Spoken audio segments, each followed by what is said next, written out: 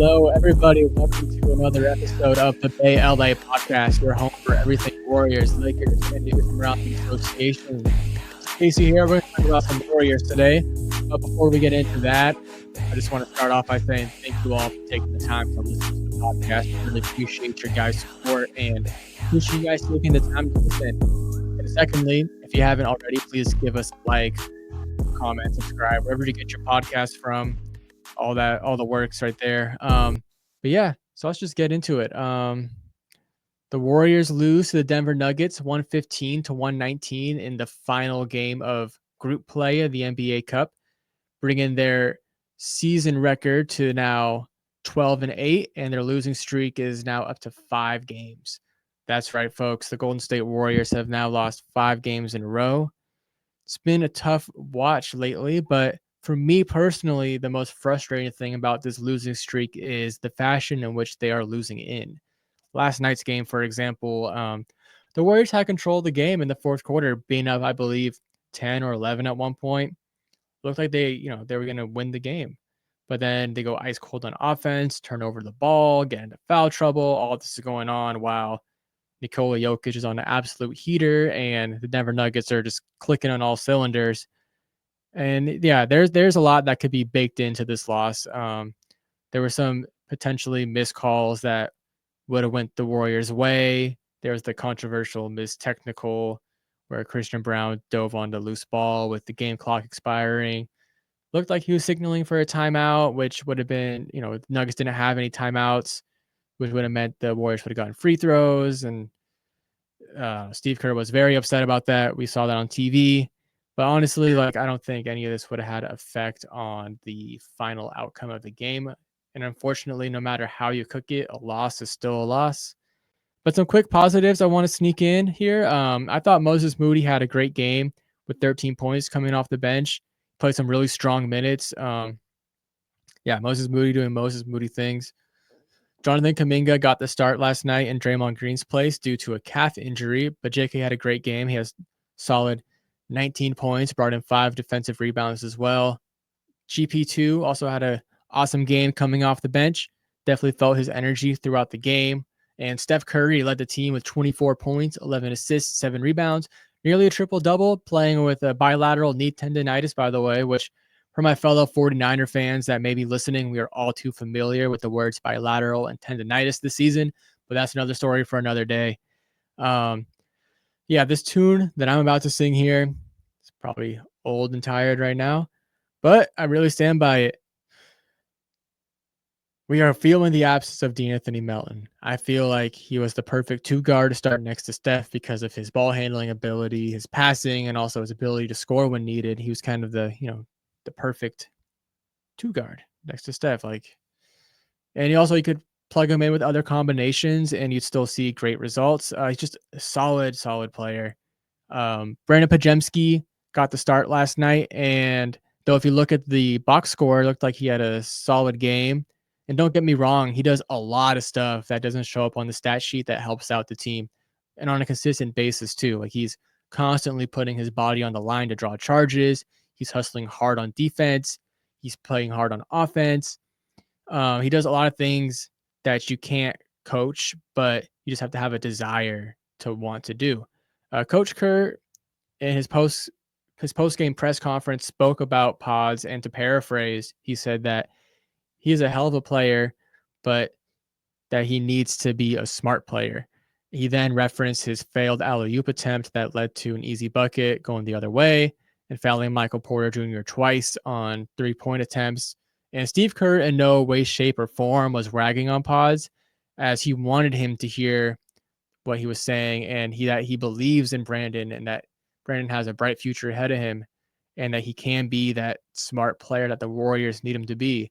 And yeah, I agree with Steve Kerr on this. And to be fair, I feel like there is a lot on Brandon Pajemski's shoulders right now, especially with the loss of De'Anthony Melton and coming off that great rookie season that he had just had. I think he's probably feels the need to do more than he has to do. And I think this is the results that we're seeing. I think, I don't know.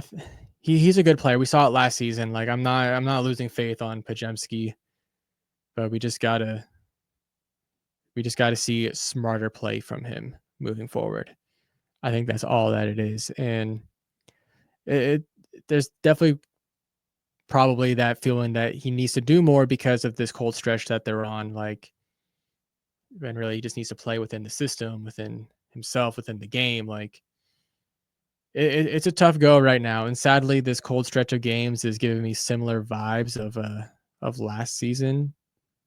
We're seeing kind of strange rotations, minimal offensive production, but now we kind of have injury problems with our two stars with Steph Curry and Draymond Green. We had Steph Curry with the bilateral knee tendonitis, so I'm sure he's playing through some discomfort and not moving as well as he usually is. And Draymond Green with a concerning calf injury, which I believe he's getting an MRI for today, or has already gotten one. I'm recording this episode around 5:50 p.m. So I haven't seen any news regarding the results of any MRIs, but I did see a report speculating that he could miss 2 to 4 weeks, but who knows? We won't know until we see the MRI results. But yeah, this is kind of a temperature check for the Warriors. They started off the season way better than we all anticipated, and now they've cooled off in quite a brutal way. They went from being one of the top teams in the Western Conference to now being in the seventh spot, which in the Western Conference, I'm sure, it's all going to be split by like a couple games, but every game matters in the Western Conference. So this is a this is concerning. I'm not going to say a bit concerning. This is concerning. What is very concerning to me is that I think we're starting to see a trend with these losses, especially with the blown leads. Even in some wins this season, they nearly gave up some huge leads. So I think something has to change. What that something is, I'm not too sure because we've seen like pretty much the same roster produce amazing results. But now all of a sudden it's like, what's going on? Like why aren't we winning games decisively anymore? Like we went from looking like contenders to looking like a playing team. Yeah, a lot of maybe it's the Anthony Melton absence. That's definitely a huge part of it, but I feel like they should still be. We shouldn't be on a 5 game losing streak. Like this is crazy.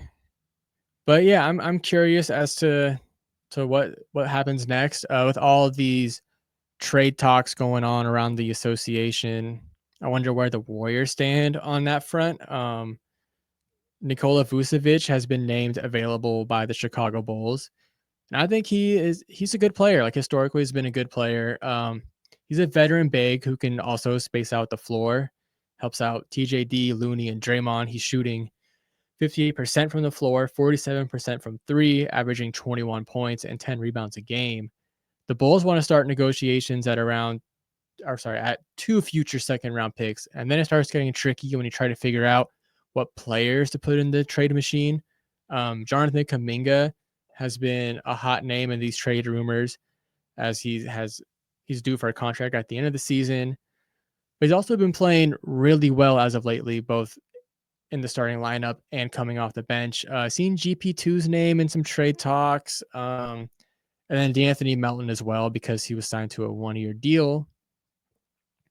But multiple NBA executives also viewed the Bulls' asking price for Vucevic as too high.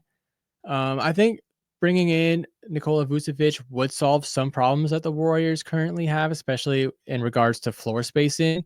But I don't think it would solve all their problems magically. I still think there's um, they need a primary ball handler in the second unit still. I think, especially if you're going to start pods in the starting lineup, like I think we miss his ball handling with the second unit a lot.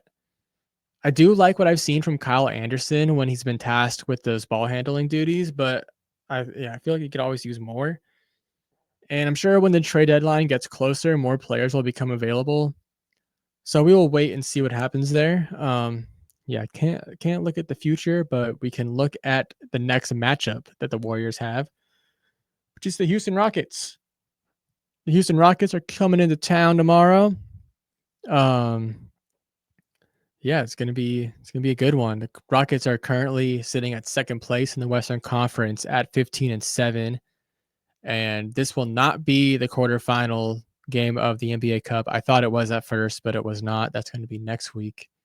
But it's gonna be a good game regardless. The Rockets are looking to end a 4-game losing streak, and the Warriors are looking to end their 5-game losing streak. So there's going to be a lot to play for with these two teams, especially given their last matchup, where I kind of alluded to earlier, where the Warriors had a huge lead and the Rockets stormed all the way back and nearly took the game away from them. So I'm sure the Rockets want to get back.